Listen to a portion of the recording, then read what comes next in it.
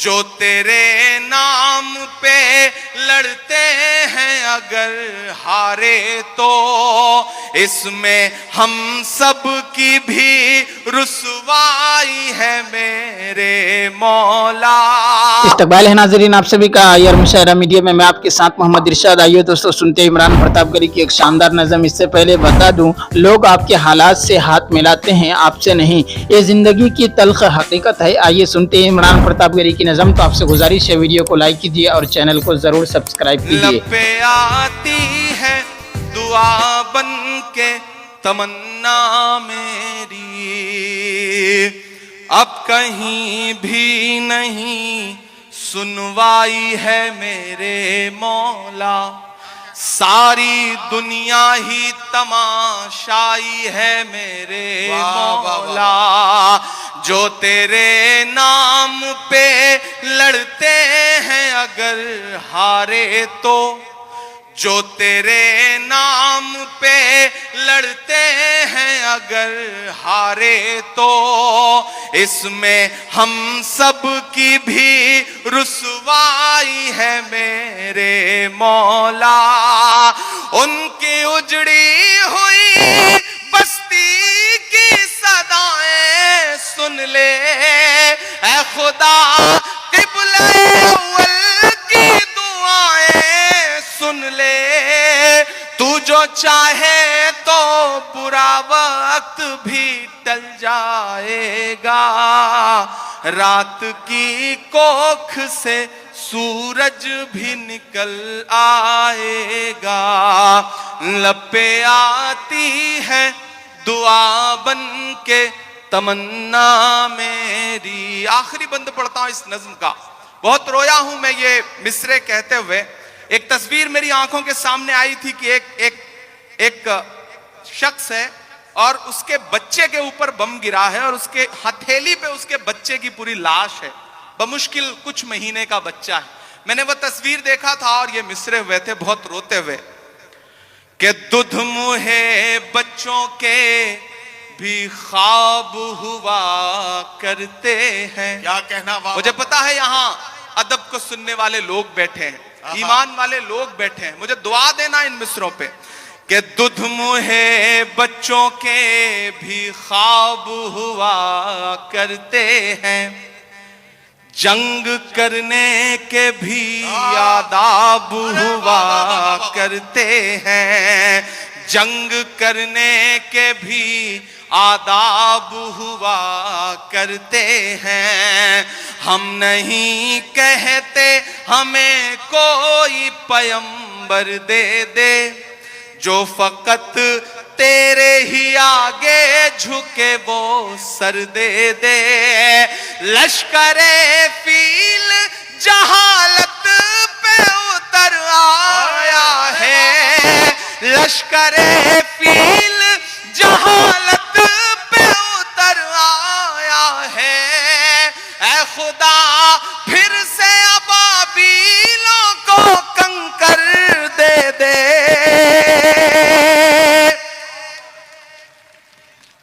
اگر رونگٹے کھڑے ہو رہے ہیں تو تالیوں سے بتائیے کہ اس نظم کے ایک ایک لفظ میں آپ ساتھ ہیں۔ یہ مصرے پھر سے عمران پرتاپ گڑھی صاحب پڑھیں گے، میں ان سے گزارش کرتا ہوں یہ مصرے پھر سے پڑھیں۔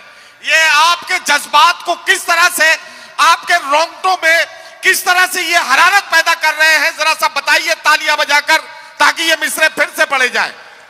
دودھ منہ بچوں کے بھی خواب ہوا کرتے ہیں، جنگ کرنے کے بھی آداب ہوا کرتے ہیں۔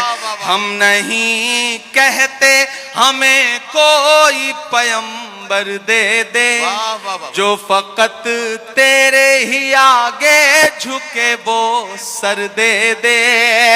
لشکر فیل جہالت پہ اتر آیا ہے، اے خدا پھر سے ابابیلوں کو کنکر۔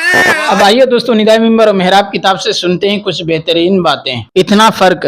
حضرت عائشہ رضی اللہ عنہا کا بیان ہے کہ میں اپنے उस घर में जिसमें रसूलुल्लाह सल्लल्लाहु अलैहि वसल्लम दफन हैं, पर्दे के कपड़े रख कर दाखिल हो जाती और कहती थी कि इस तरह पर्दे का एहतमाम किए बगैर जाने में कुछ हर्ज नहीं है, क्योंकि घर में मेरे शोहर रसूलुल्लाह सल्लल्लाहु अलैहि वसल्लम और मेरे बाप हजरत अबू बकर रजी अल्लाह ताला अन्हु ही तो हैं, इन दोनों से पर्दा करने की क्या जरूरत है। फिर जब उनके साथ हजरत उमर रजी अल्लाह अन्हु दफन कर दिए गए तो खुदा की कसम उमर रजी अल्लाह अन्हु से शर्माने के बाइस में अच्छी तरह कपड़े लपेट कर उस घर में दाखिल होते थे। देखा हजरत उम्मुल मोमिनीन का तर्ज अमल, जो लोग दुनियावी जिंदगी गुजार रहे हैं उनसे तो आप पर्दा करते ही हैं, लेकिन जो बरज़खी जिंदगी गुजार रहे हैं उससे भी पर्दे का एहतमाम फरमाते थे। अफसोस के इस जमाना की बहुत सी मुसलमान बहनों ने आज के रसूल की बीवियों और बेटियों की तकलीद छोड़कर यूरोप की बेशर्म लेडियों की तकलीद को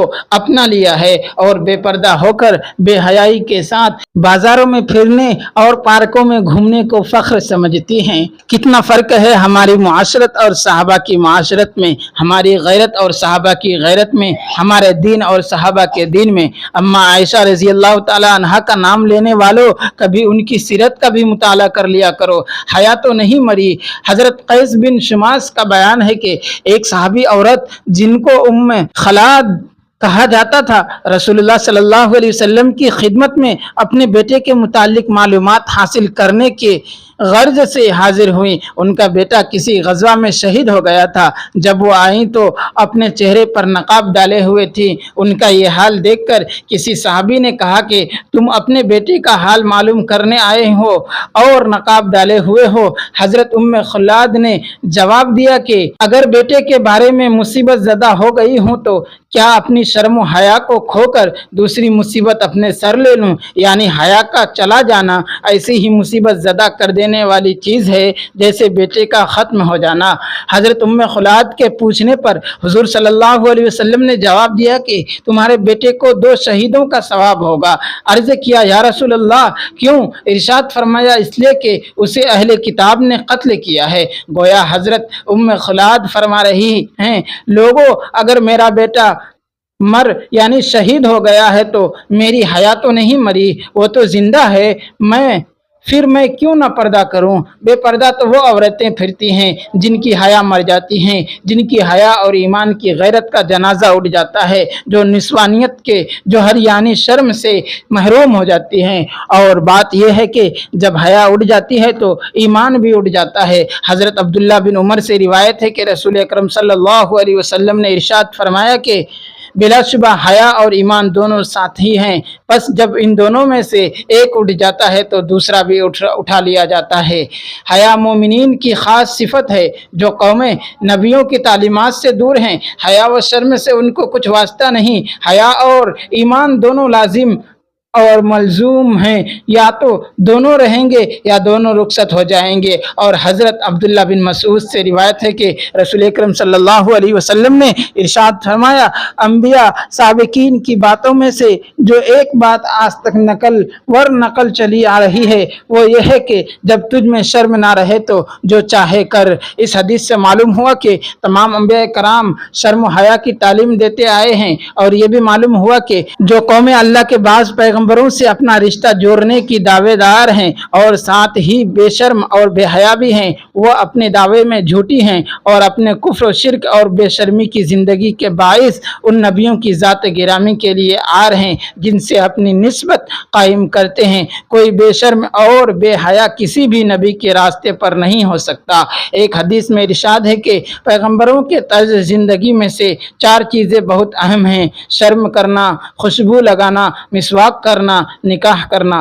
दोस्तों वीडियो के आखिर में आपसे गुजारिश है, अगर वीडियो पसंद आई हो तो वीडियो को लाइक कीजिए और चैनल को ज़रूर सब्सक्राइब कीजिए। मिलते हैं किसी और वीडियो में ऐसे ही नई नज़म के साथ।